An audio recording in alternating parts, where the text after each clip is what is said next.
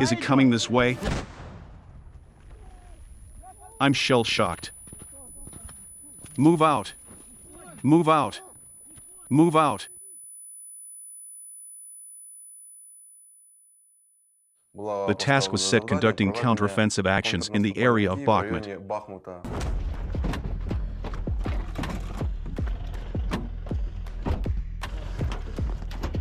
Accordingly, it was necessary to stabilize the situation around the city, to push back the enemy from the position he just took. Go, go, go!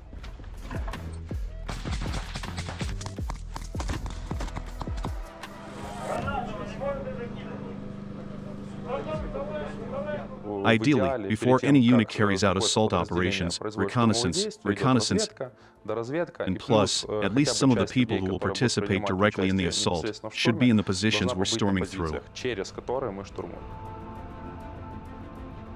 We had such an opportunity. This was a huge plus, and thanks to this and training of the fighters, we were able to bear real minimal losses compared to the enemy, despite being in a difficult situation.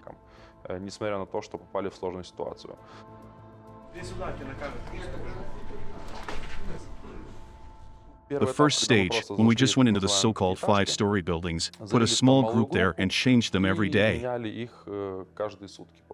We had 2 days. IIT was already possible to fight the enemy, because the enemy was really quite active. Come on, come on, come on. Is the percentage there? Percentage. Constant offensive enemy actions took place. They were trying to occupy our last 5-story building.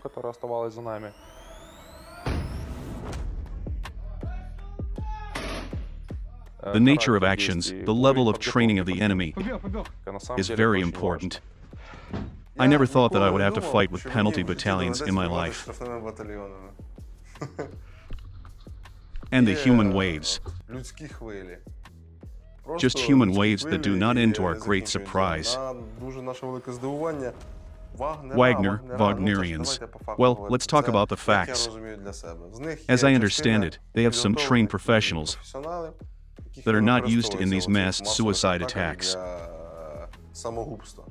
Let's call these bonsai attacks. Even our neighbors had a recording from a quadcopter when, for example, 4 men come up and one of these 4 is told, "Bro, come on, go over there.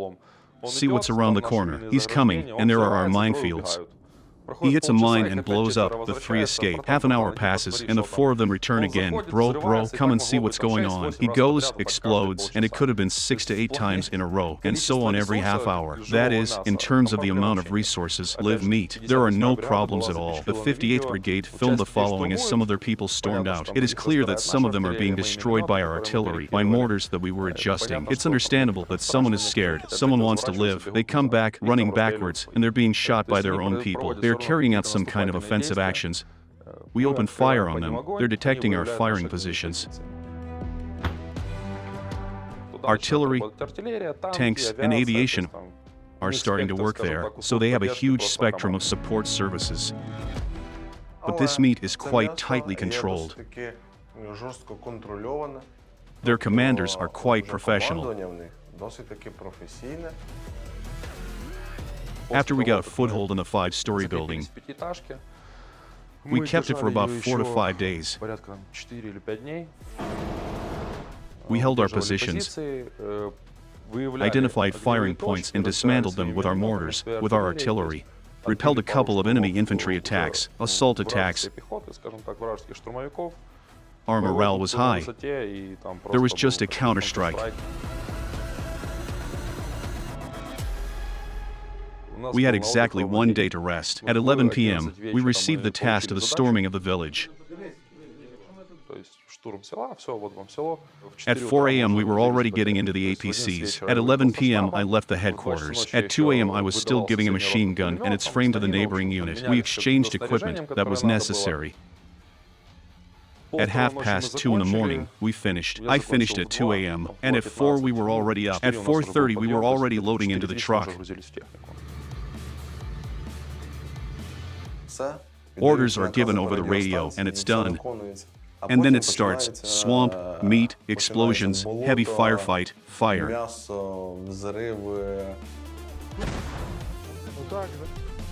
Холодний стрілковий бій, вогонь.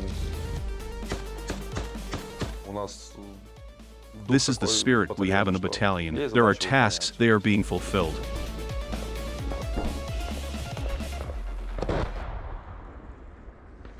Fear is normal, but it is not normal for a man to be unable to overcome his fear. That's not normal. If anyone has practiced martial arts, they know there's a vibe before sparring. Or you're thinking, how and what happened after the sparring? And during sparring, everything disappears for you. It's like a meditation. You're focusing on this right now and nothing else matters. It just doesn't exist. You're just doing your job, your task.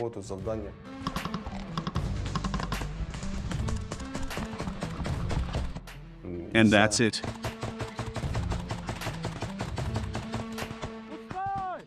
What is heroism on the battlefield? Heroism on the battlefield happens when something goes wrong. When everything is normal and according to the plan, there is no place for heroism.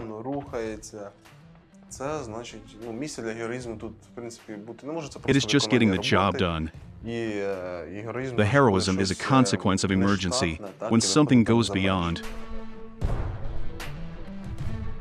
When something like that is happening there and I'm directly not participating, I would be ashamed of myself later if I'm not on the same positions 180 meters from the enemy. I would be ashamed in this case.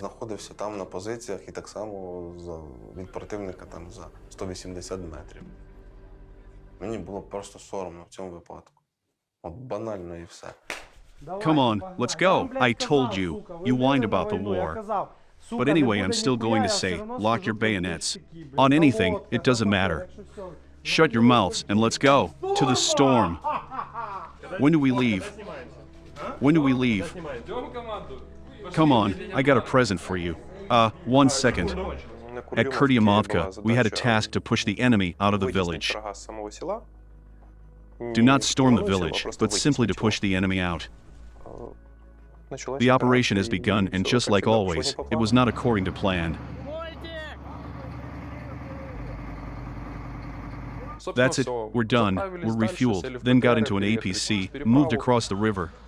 And then we flew into the village, and that's it. Again, counter-strike. We were traveling in cars to Kurdyumivka. It was 7 in the morning. We went out. We filled up the car and are getting in. You drive, the hatch opens, and you're in the village. There's a battle in process. We're already in it. We just arrived to the village. That's it. We're out according to the plan. You're driving in the car. You're nervous. That's it. I got out of the car. It's like a computer game. A gate opens and you're already at war. Those were not prisoners, but there was a plus in the surprise. They just took this village. I understand why our headquarters gave us so little time to prepare, so that the enemy don't have time to dig in, settle in, and so on. We had to deoccupy it immediately. We drove at the M113 directly to the village.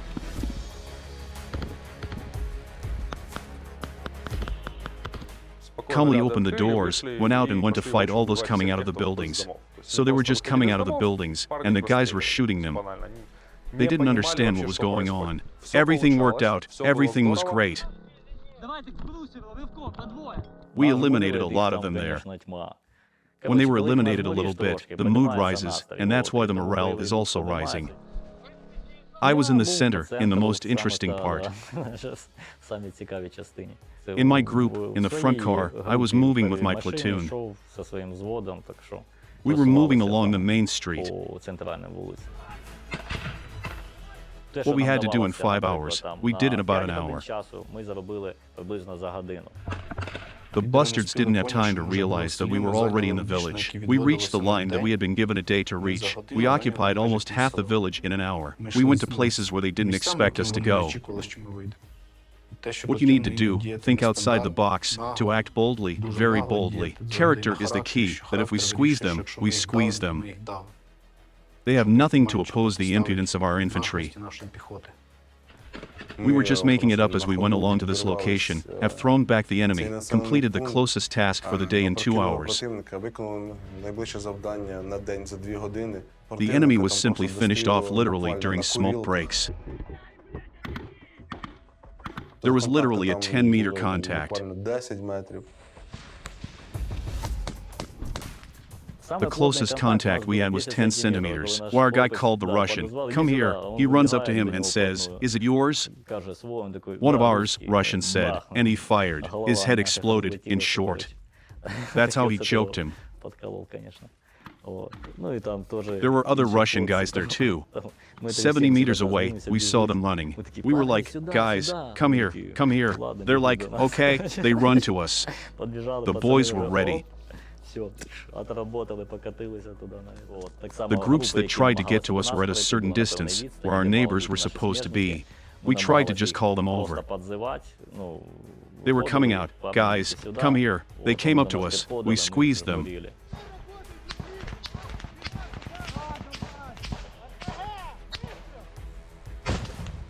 I had young guys in my group. It was their first fight. They showed themselves very well executing commands. None of them doubted what we were doing and what we needed to do.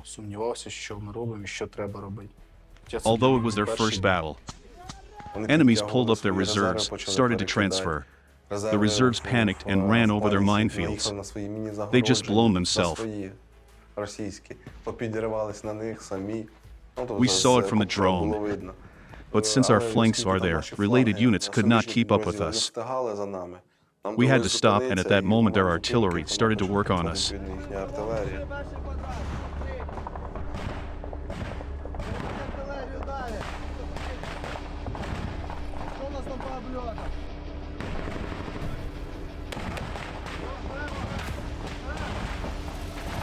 The artillery was working massively.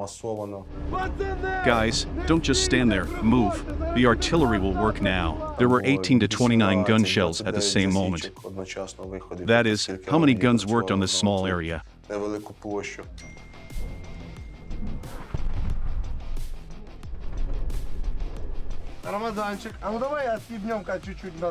The settlement has been cleared to a certain point. We were entrenched and waiting for our neighbors that were supposed to be leveled with us and continue our actions.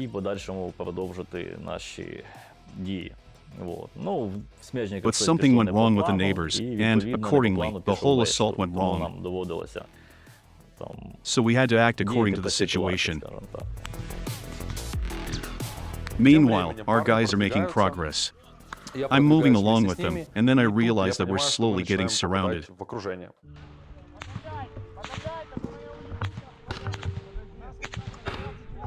My M113 was hit by the missile, and we realized that our road is completely shot through.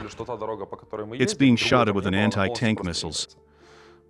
Then an anti-tank grenade launcher was added to the mix. The enemy regrouped and began to attack, began to surround us. We began withdrawal to avoid being completely surrounded. The place was just being shelled at close range.